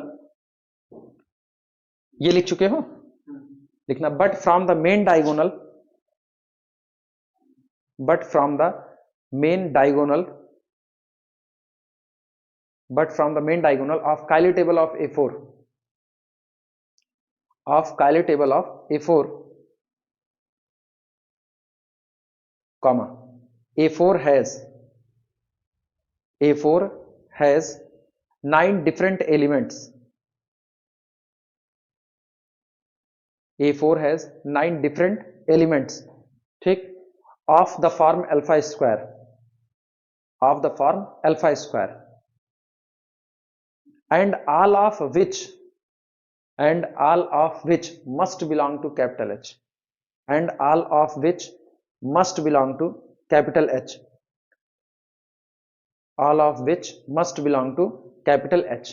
और आप ये कह रहे हो, एक तरफ तो आप कह रहे हो कि जितने अल्फा A4 में हैं उन सभी के लिए उनका स्क्वायर H में होगा, एक तो आपने ये कहा, तो और मेरे को देखने से पता चलता है टोटल 9 अल्फा स्क्वायर बन रहे हैं जो कैपिटल एच के पास जाने चाहिए, जबकि आप शुरू में चिल्ला करके कहे हो कि आपने एच का ऑर्डर कितना माना है, 6, 6 से ज्यादा तो एलिमेंट ही नहीं रख सकता, तो आप तो अपनी थ्योरी में फंसे पड़े हुए हो। दिक्कत मिली कि नहीं, 9 डिफरेंट टाइप के अल्फा स्क्वायर इसको रखने पड़ेंगे, जबकि इसका ऑर्डर बेचारे का 6 ही है, तो आपका मानना गलत है, 6 ऑर्डर का कोई भी सबग्रुप नहीं हो सकता है। क्लियर हुआ, लिखना but order of H is equal to 6, but order of H is equal to 6, ठीक, so our supposition is wrong, so our supposition is wrong, and order of H does not equal to, order of H does not equal to 6, that is यही statement लिख देना है। A4 has no सब group of order 6, इसके पास 6 order का कोई भी सब ग्रुप नहीं होगा। मकड़ जाल है, मकड़ जाल पूरा।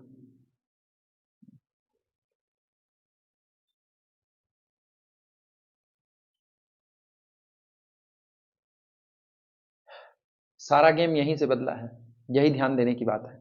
क्यों? Alpha square is equal to जो एच हो गया ना, यही गेम चेंजिंग है। एक्चुअली कैपिटल एच में 6 एलिमेंट थे, ठीक, और 2 ही फैक्टर बनने, क्योंकि A4 में 12 है। तो जब 6 ऑर्डर का आपका सब ग्रुप है, 6 ऑर्डर का सब ग्रुप है, तो जाहिर सी बात है फैक्टर भी करेगा तो 6 एक बार 6 एक बार 12 तो बढ़ गया ना, तो 2 ही आपका है, तो इंडेक्स आपका 2 ही आ रहा है। तो इंडेक्स आपका 2 ही रहा, तो इसका मतलब अगर एक बार आपने चुना अल्फा स्क्वायर ना, एक बार आपने एच लिया, फिर आपने अल्फा एच बनाया, अब जब आप अल्फा स्क्वायर एच बना रहे हो तो तीसरा तो कोसेट बनना नहीं है, तो वापस फिर आप कहां पहुंच जाओगे? एच पर पहुंच जाओगे। और जैसे आप एच पर पहुंचे तो alpha square H is equal to H हो गया। लेकिन अब ये गारंटी होती है कि अल्फा स्क्वायर जितने भी आएंगे वो सब किसके पास आएंगे? एच के। और टेबल देखने से पता चलता है 9 टाइप के अल्फा स्क्वायर आपके पास पड़े हुए हैं, तो कैपिटल एच को 9 एलिमेंट रखने पड़ेंगे, जबकि बेचारा 6 ही रख सकता है। कंट्राडिक्शन यहीं पर है। तो असली की पॉइंट यही है, alpha square H is equal to H. यही समझना है कि कैसे हम अल्फा स्क्वायर को एच में बिलोंग करा दे रहे हैं, या हम alpha square H is equal to H लिख किस बेसिस पर है? बेसिस यही है कि 6 ही एलिमेंट इसके पास हैं और ग्रुप के पास 12 हैं, 2 ही आपके बनेंगे, 2 में ही बट जाने हैं। तो एक बार एच बन गया, दूसरा जैसे अल्फा एच बन रहा है तो अल्फा जो 6 और रख लेगा, 12 बट गया, अब आपको तीसरा नहीं मिलेगा। तो इसका मतलब अगर तीसरा अल्फा स्क्वायर एच बनाने जा रहे हो ना, तो वापस लौट करके कहां आ जाओगे? एच पर लौट आओगे। यही मेन है इसका।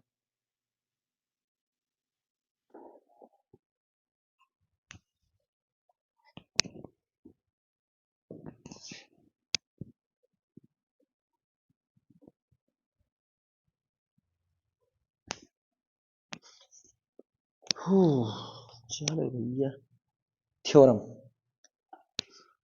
Factor group theorem, ji oblique centre of group capital ji theorem इसका नाम है। सेंटर एक सब ग्रुप तो होता ही है, तो सेंटर की मदद से अब हम लोग फैक्टर ग्रुप तैयार कर रहे हैं, कोसेंट ग्रुप तैयार कर रहे हैं। इसमें स्टेटमेंट लिखना, statement statement let capital G be a group, let capital G be a group, चाहे ये अबेलियन हो चाहे नॉन अबेलियन, कोई फर्क नहीं पड़ता। And let Z of G, and let Z of G be the centre of capital G, be the centre, be the centre of group capital G. If, यदि, अगर ये जो आपका फैक्टर ग्रुप बन रहा है G oblique centre of group capital G, अगर ये साइक्लिक हुआ, is cyclic, is cyclic, then then capital G is abelian. तो आपका ग्रुप हर हाल में क्या हो जाएगा? अबेलियन हो जाएगा। जी हाँ,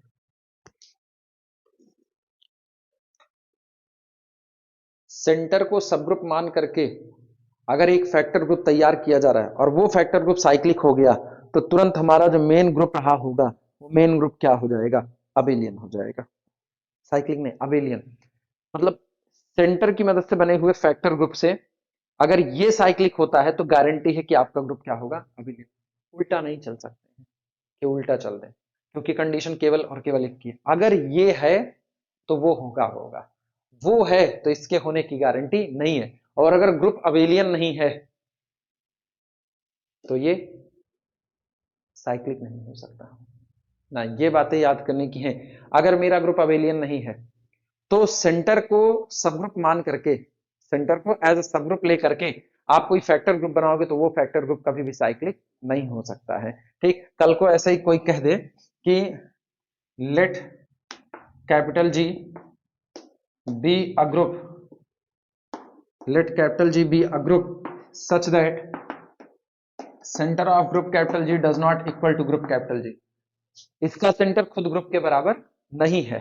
ठीक, देन देन पहला ऑप्शन, पहले ऑप्शन पे पहली बात लिखे, G oblique centre of G may be cyclic, may be cyclic. दूसरा ऑप्शन बना दे G oblique Z of G may be non cyclic, may be non cyclic. Third option आपको कह दे G oblique centre of G must be cyclic, must B cyclic. और चौथा option बना दे this must be non cyclic,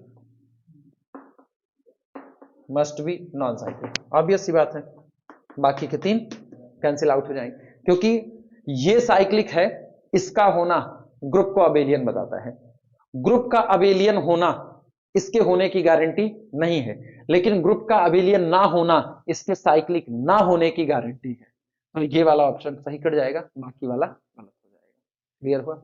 मर्जी हो तो एक question ऐसे लिखना चाहो लिख दो, छोड़ दे, प्रूफ नहीं देंगे इसका, थ्योरम का प्रूफ नहीं देंगे। रिमार्क, रिमार्क में लिखना a better result, a better result. ठीक, जो पुरानी वाली थ्योरम अभी हम लोग पढ़े उससे भी एक बेहतर रिजल्ट है। वहां पर मैंने क्या कहा, वहां पर मैंने कहा कि अगर G oblique centre of G, ये जो फैक्टर ग्रुप तैयार हो रहा है, अगर ये साइक्लिक है तो ग्रुप कैसा होगा, अबेलियन होगा। अब हम इसके सब ग्रुप के ऊपर बात कर लेंगे कि ये जो आपने निकाला हो ना, अगर इसके सब ग्रुप में मतलब सेंटर का भी कोई सब ग्रुप निकल करके आ गया तो उसके आधार पर हम बात कर लेंगे। लिखना इफ, यदि G oblique H is cyclic, is cyclic, मेरा है क्या,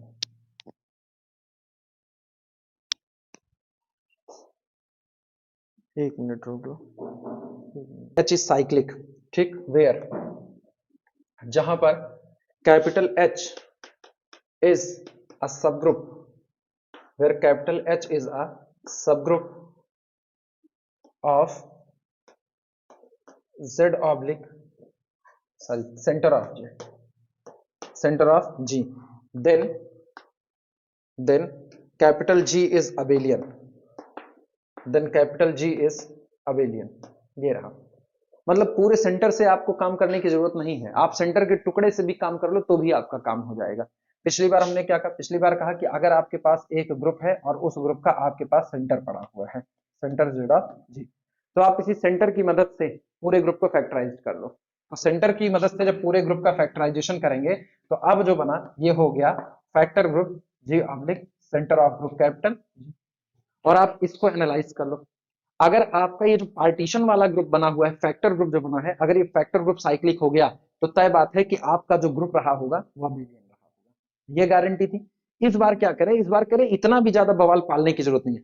अगर आपको इसका एक टुकड़ा मिल जाता है कैपिटल H, भाई सेंटर कौन होते हैं, सब ग्रुप होते हैं, तो सब ग्रुप के भी पास तो सब ग्रुप होता है। अगर सब ग्रुप के पास भी सब ग्रुप है तो आप इसी सब ग्रुप को उठा करके फैक्टराइजेशन कर लो अपने ग्रुप का, ये तैयार करो। सोचो, centre of the group capital G is the sub group of group capital G। हाँ यार, और आप इसका भी सब ग्रुप बना ले H, H is the sub group of centre.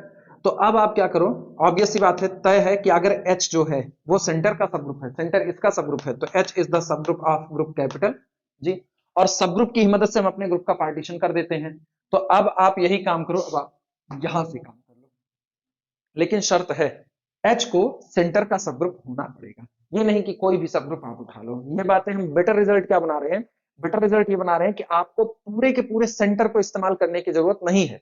अगर सेंटर का एक टुकड़ा एक सब ग्रुप निकल करके आता है तो उस सब ग्रुप से फैक्टराइजेशन कर लो, अगर बना हुआ ये जो फैक्टर ग्रुप है ये साइक्लिक हो गया तो भी गारंटी है कि आपका ग्रुप क्या रहा होगा, साइक्लिक रहा, सॉरी अबेलियन रहा होगा, अब भी गारंटी है। पूरे सेंटर को लेकर के टहलने की जरूरत नहीं है, ये ज्यादा बेटर रिजल्ट होता है।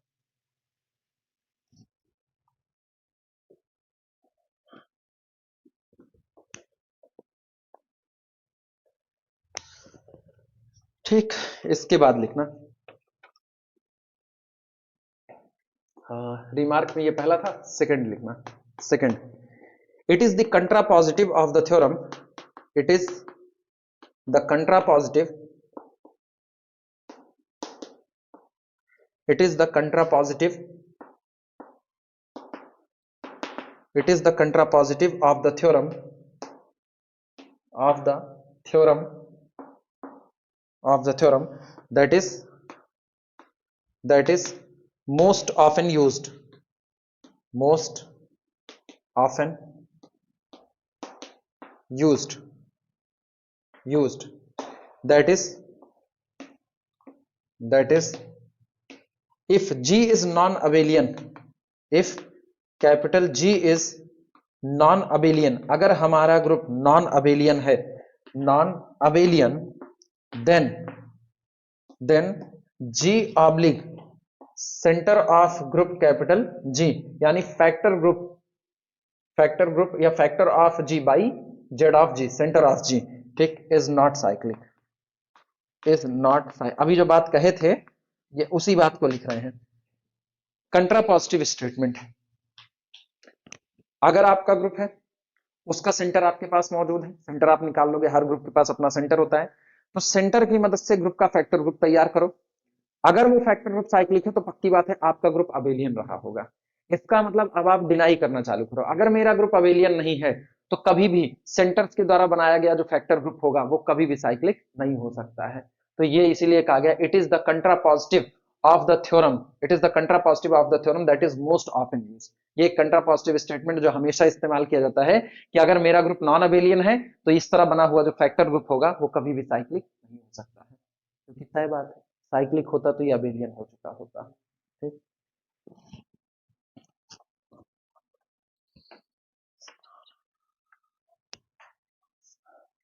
तीसरे पे लिखना, थर्ड, ये मिटा दें, ऊपर का मिटा रहे हैं।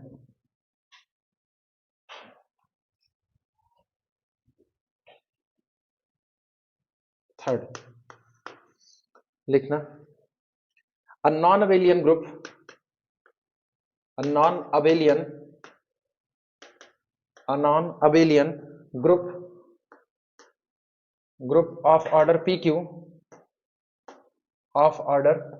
pq, ठीक, where p and q are primes, where p and q are primes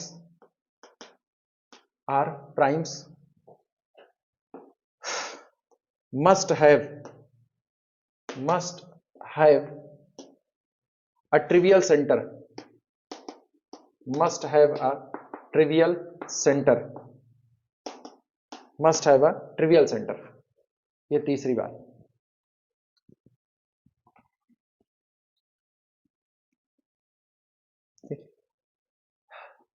तीसरा वाला हम प्रूफ करा देंगे, तीसरा वाला जरूरी है।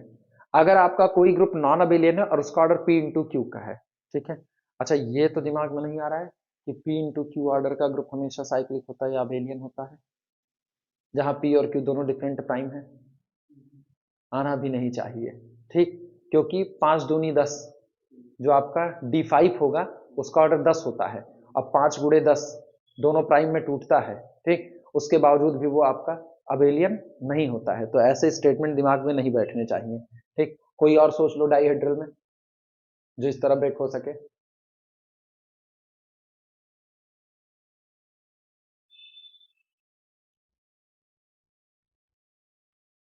अरे d7, 7 दूनी 14 ऐसे तो कई बनाएंगे, आप एक तरफ 2 को रखे रहो बस खाली, आप बदलते रहो उसी में, ठीक। तो a non abelian group of order P Q, अगर आपका कोई नॉन अबेलियन ग्रुप है जिसका ऑर्डर पी क्यू है, जहां पी और क्यू दोनों प्राइम है, तो ऐसे केस में मस्ट हैव, ये अगर सेंटर रख, वो ऑब्वियस बात है हर ग्रुप के पास सेंटर होता ही होता है, लेकिन अगर ग्रुप का ऑर्डर पी क्यू है और ग्रुप आपका नॉन अबेलियन है तो उसके सेंटर में कोई आएगा तो केवल और केवल कौन आएगा, आइडेंटिटी। और D7 के सेंटर में कौन आता है, केवल आइडेंटिटी। D5 के सेंटर में कौन आएगा, केवल आइडेंटिटी R0। क्लियर हुआ, इसको प्रूव करा दे रहे हैं कि सेंटर में कोई और नहीं जा सकता, ये जरूरी है लिखना। Let capital G be a non abelian group, proof let capital G be a non-abelian group, be a non-abelian group, let capital G be a non-abelian group and order of group capital G is equal to P into Q। ठीक, सब group का order group के order को divide करता है। अगर P और Q prime है तो सब ग्रुप का ऑर्डर या तो 1 हो सकता है, या तो P हो सकता है, या तो Q हो सकता है, या तो PQ हो सकता है। लेकिन चूंकि मेरा ग्रुप नॉन अबेलियन है तो सेंटर पूरा पूरा ग्रुप नहीं हो सकता, तो सेंटर का ऑर्डर या तो 1 होगा, या तो P या तो Q होगा। चलो मान लेते हैं अगर पॉसिबल है तो इसका ऑर्डर 1 P या Q में से कुछ भी हो सकता है, जबकि होना इसको कितना है, 1 ही होना है। ठीक, लिखना then possible order, then order of center of group capital G is equal to 1 or P or Q। ठीक, since, क्योंकि since order of center of group capital G is the divisor of order of group capital G। ठीक, अब बारी बारी P और Q मान करके deny करें कि ऑर्डर P और Q नहीं हो सकता। लिखना इफ, यदि, अगर ये पॉसिबल हो कि order of centre of group capital G is equal to P हो जाए। अब अपने दिमाग से सोचना, अगर सेंटर का ऑर्डर ये हो जाए तो this implies that order of our factor group G oblique centre of capital G is equal to order of group capital G upon order of centre of group capital G is equal to PQ upon P that is equal to Q। अब this implies that prime order का group cyclic होता है। This implies that G oblique center of group capital G is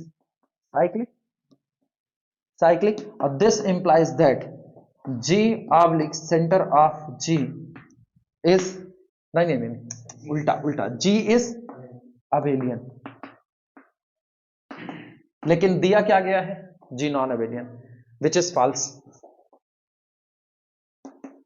which is false, which is false. अच्छा, इसी तरीके से अगर हम दूसरी वाली बात करें, Q मान लें तो P आ जाएगा वहां पर, और P आएगा तो फिर वही बात गलत है। Same hold for if order of same hold when order of Z of G is equal to Q, so order of Z of G is equal to only 1। ये हो गया काम अपना।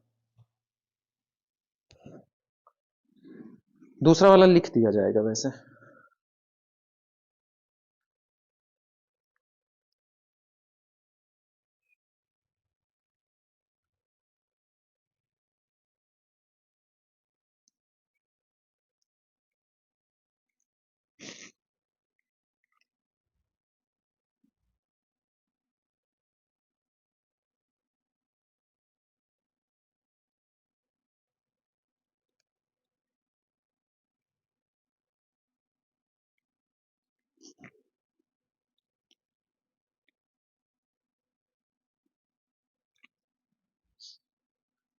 बोले लिखना same hold when order of Z of G is equal to Q।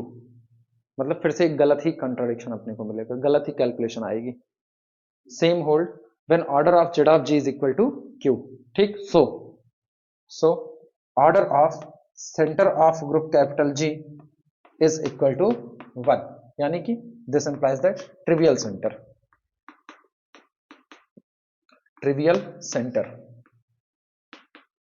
ऐसे में group का सेंटर कैसा हो जाएगा, ट्रिवियल, यानी केवल आइडेंटिटी आएगा और कुछ आने वाला।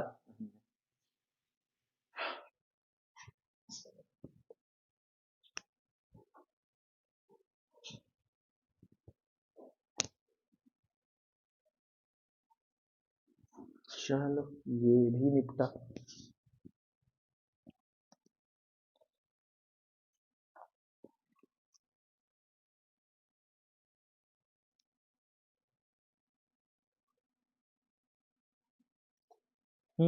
लिखना, सो फाइनल टच देना।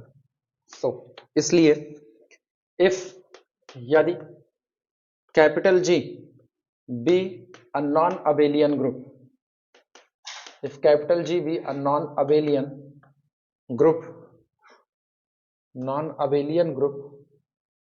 of order PQ, इसलिए अगर कैपिटल G एक नॉन अबेलियन ग्रुप है जिसका ऑर्डर PQ है, देन तो नीचे लिखी गई बातें होल्ड होंगी। देन पहली बात तो ये है कि फैक्टर ग्रुप जेड ऑफ जी कभी भी साइक्लिक नहीं हो सकता, इज नॉट साइक्लिक, ये कभी भी साइक्लिक नहीं होगा। दूसरी बात, सेकंड बात ये है कि सेंटर में कुछ आएगा तो केवल और केवल कौन आएगा, आइडेंटिटी, ये आएगा। और तीसरी बात, order of factor group G oblique Z of G, बताओगे फैक्टर ग्रुप का ऑर्डर कितना होगा? फैक्टर ग्रुप का ऑर्डर कितना? Order of G, this is equal to order of G, that is equal to P Q, क्योंकि P हो नहीं सकता, क्यू हो नहीं सकता, तो बच्चा खाली कौन, पी क्यू हुआ। तीन बातें लिखो, ये तीसरी वाली जरूरी थी, बाकी दोनों तो हो ही चुकी थी।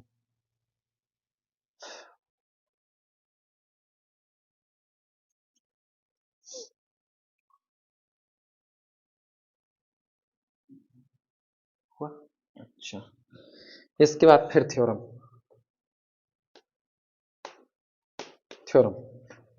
ये थ्योरम है कि factor group G oblique centre of group capital G is isomorphic to inner automorphism of G. ये रहा,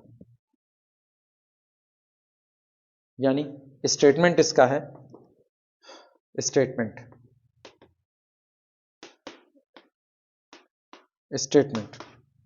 for any group capital G, for any group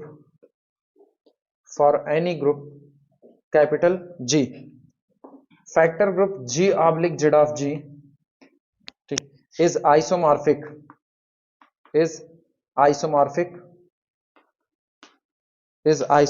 to collection of all inner automorphism of G, लिख करके घेरा मार दो,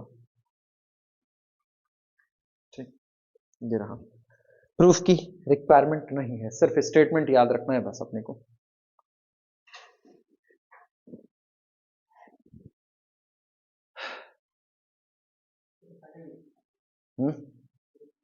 already हो चुका है एक बार,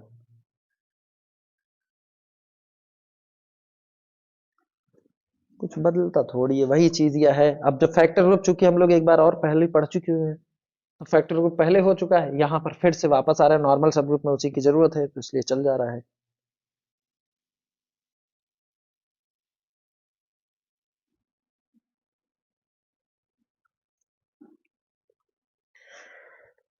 ये थ्योरम मदद करती है ना कि मतलब आप बिना ग्रुप को देखे उसके इनर ऑटोमॉर्फिज्म की आप बात कर सकते हो। एक एग्जांपल पे, इसी पे हम एक एग्जांपल ले रहे हैं, ये ऐसे ही लिखा रहेगा।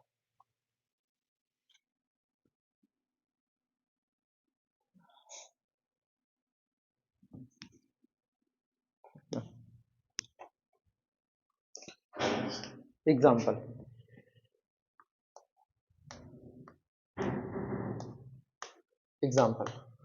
लिखना, ये बताओ D6 के सेंटर में कितने एलिमेंट आएंगे? दो, R0 और R180। लिखना, order of centre of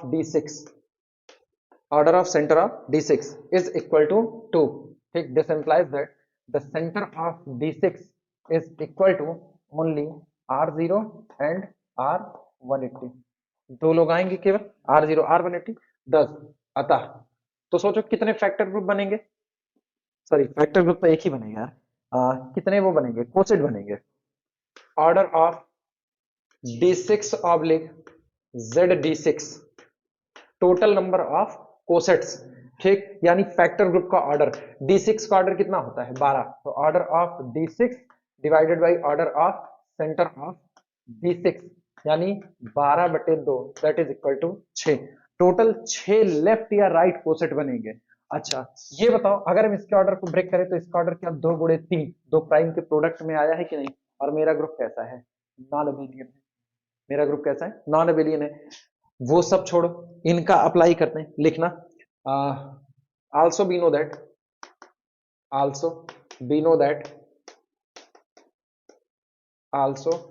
know that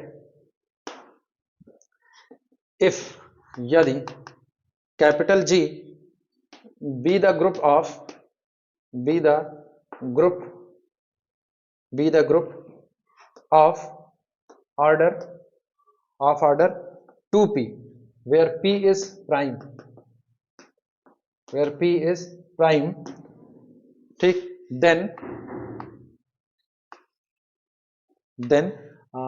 where p is prime, और इस प्राइम पे शर्त होती थी ग्रेटर देन 2 होता था, where p is prime greater than 2, then either या तो ऐसा होता था कि जो हमारा ग्रुप होता था, अगर याद हो तो 2p ऑर्डर के ग्रुप को बांटे हुए थे और हमने कहा था कि या तो वो 2p ऑर्डर का ग्रुप साइक्लिक होगा तो किसके आइसोमॉर्फिक होगा, Z2p के आइसोमॉर्फिक होगा, और अथवा वो dp के आइसोमॉर्फिक था, और capital G is isomorphic to dp, या तो dp के आइसोमॉर्फिक होगा, यही कहे थे। तो इसका मतलब है ना कि जो आपका ये निकल करके आया है 6 ऑर्डर का, ये जो आपका फैक्टर ग्रुप निकल करके आया है,